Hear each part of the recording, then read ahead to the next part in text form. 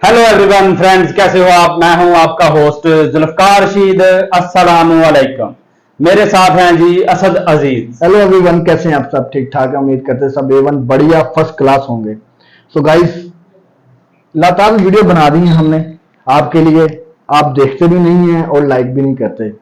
Kindly video को लाजमी देखा करें और शेयर भी किया कीजिए अपने फ्रेंड्स के साथ, ताकि हमें वॉच टाइम भी मिले और सब्सक्राइबर हमारी भी मिले। हौसला अफजाई भी हो। जी, हम आपके लिए नई से नई वीडियो ढूंढते रहते हैं और इसी कोशिश में रहते हैं कि आपको अच्छा कंटेंट दें। जी जी, आज हमारी वीडियो जो है वो बहुत ही दिलचस्प है। वो है जी इंडिया के, बताएं जरा जी। इंडिया के जाने माने सिंगर जो इस टाइम फिल्म इंडस्ट्री पे राज कर रहे हैं, किसी वक्त में इंडिया में वो भी रिजेक्ट हुए थे। जी जी बिल्कुल। तो इसका मकसद ये नहीं है कि वीडियो बनाने का कि हम उनको प्रमोट कर रहे हैं या आपको दिखा रहे हैं कि वो जी बहुत अच्छे सिंगर हैं।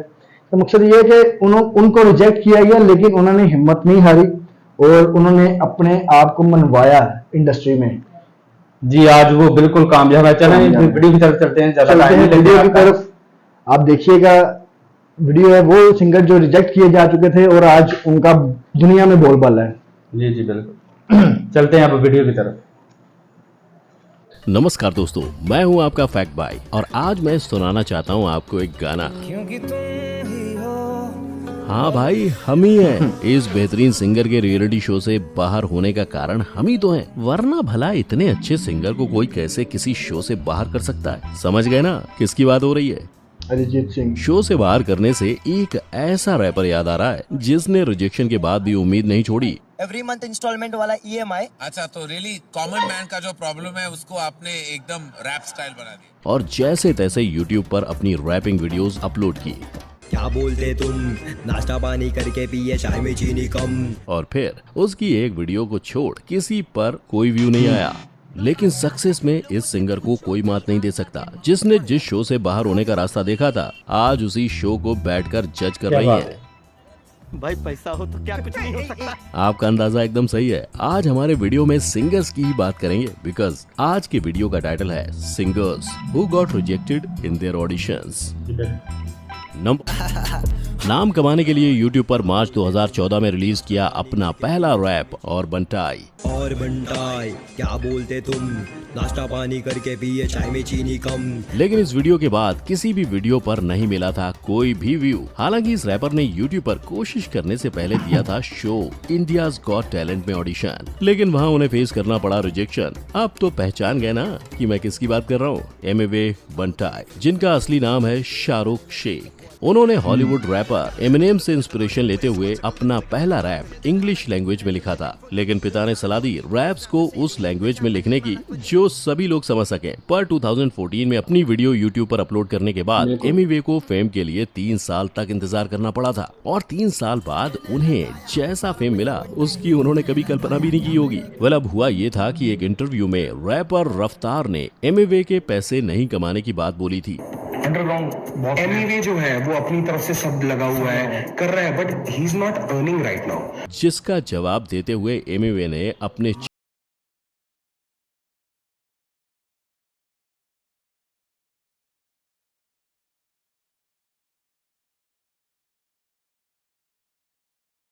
इस डिस ट्रैक ने काफी कंट्रोवर्सी क्रिएट की और इस कंट्रोवर्सी का फायदा एमिवे को कुछ ऐसे हुआ कि एक ही दिन में उनके यूट्यूब चैनल पर रिकॉर्ड ब्रेकिंग 5 लाख से भी ज्यादा सब्सक्राइबर्स हो गए। कैन यू इमेजिन, एक रैप सॉन्ग और 5 की बॉलीवुड मूवी गली बॉय में भी उनका रैप सॉन्ग तो आपने सुना ही होगा। मैं बोलता सड़क, ये बोलता स्ट्रीट, हिंदुस्तानी हम, हिंदुस्तानी बोली सीख। इसके साथ ही रेडियो सिटी फ्रीडम से एमिवे को बेस्ट हिप हॉप आर्टिस्ट का टाइटल लगातार 3 सालों तक मिला है।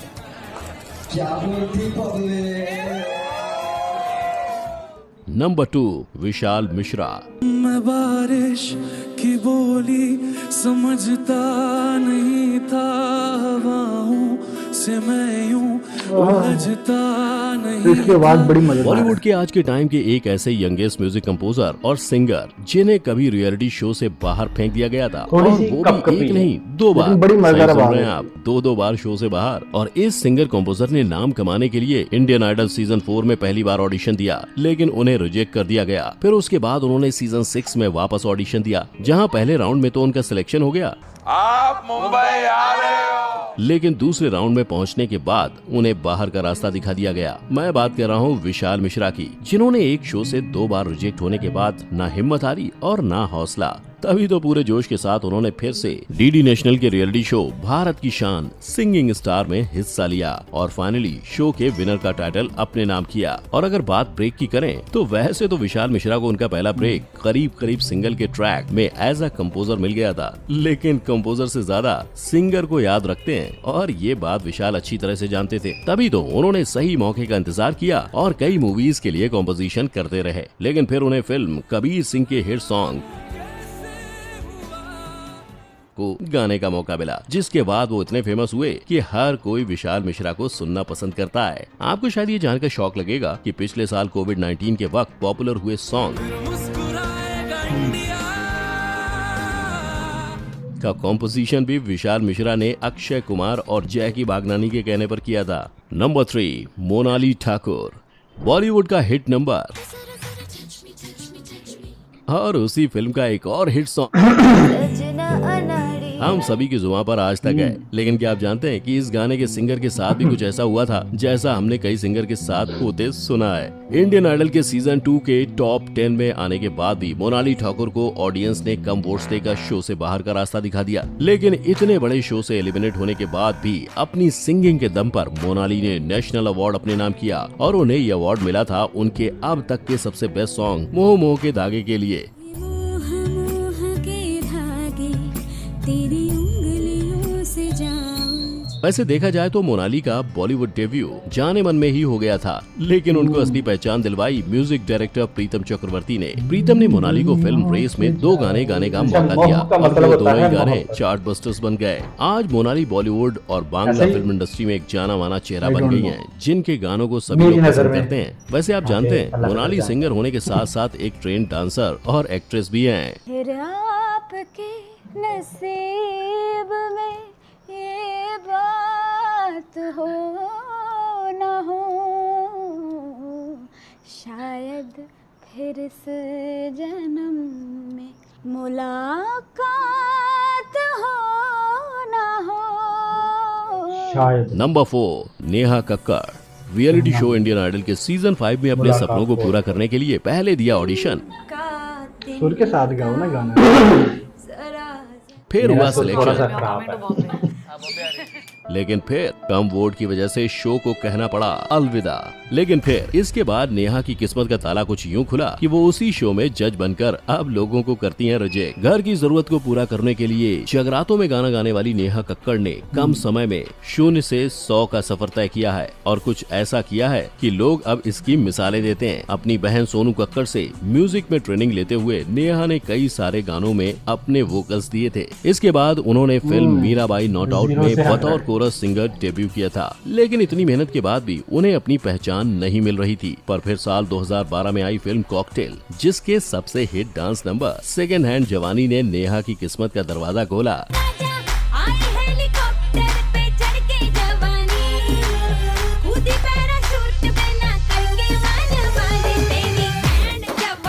इस गाने के बाद नेहा ने कई फेमस पार्टी सॉन्ग्स जैसे सनी सनी, लंदन ठुमका, मैं तेरा बॉयफ्रेंड की बीट पर लोगों को नचाया और अब नेहा की सक्सेस स्टोरी ने अपना इतिहास भी लिखना शुरू कर दिया है। तभी तो उनका नाम इंडिया फोर्ब्स के टॉप 100 डिजिटल स्टार में 2 बार शामिल हो चुका है। नंबर 5, असीस कौर।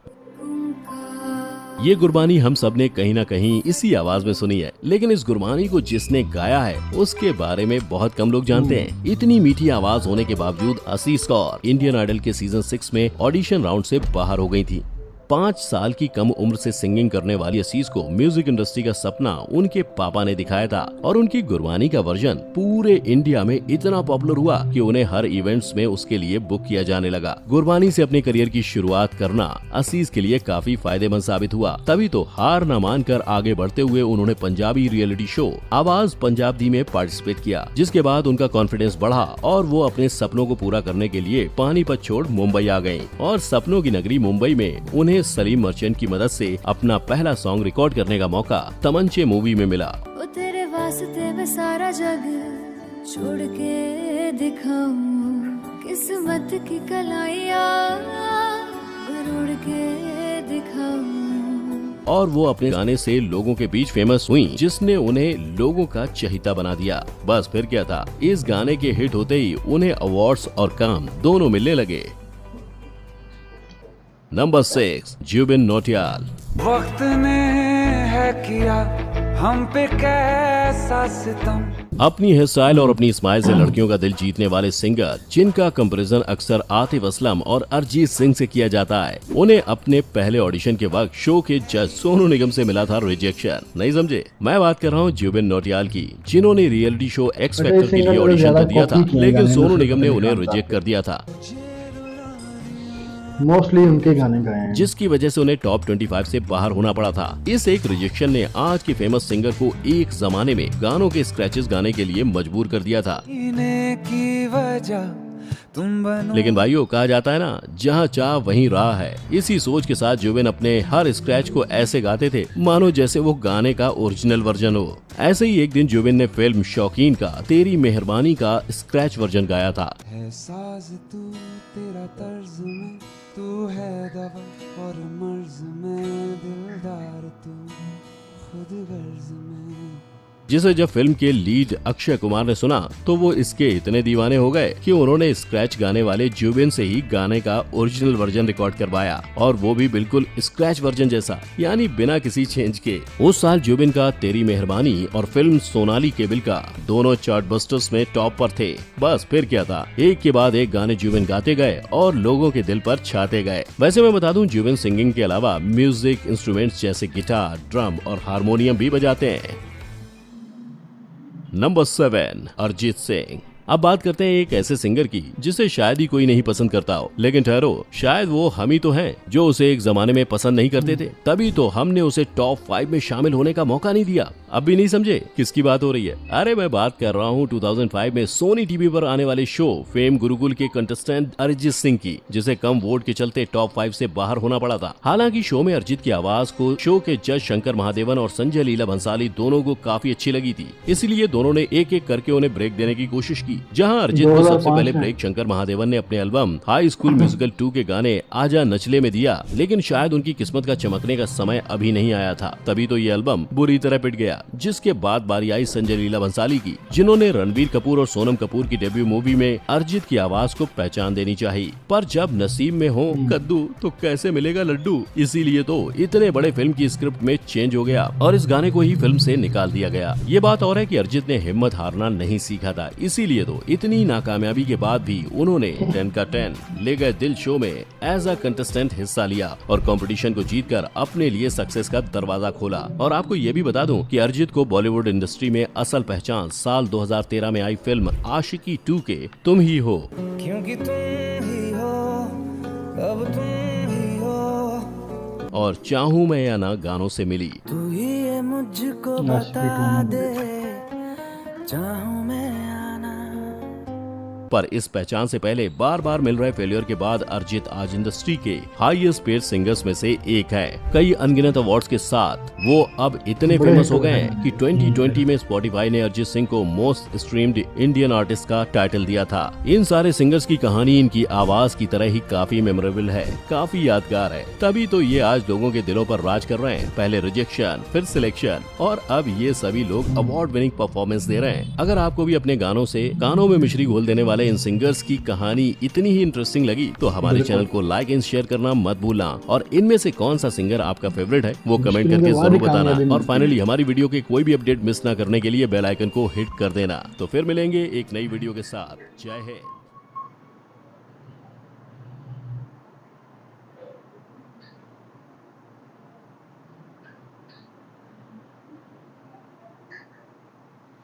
क्या बात है जी, बहुत जबरदस्त वीडियो जी।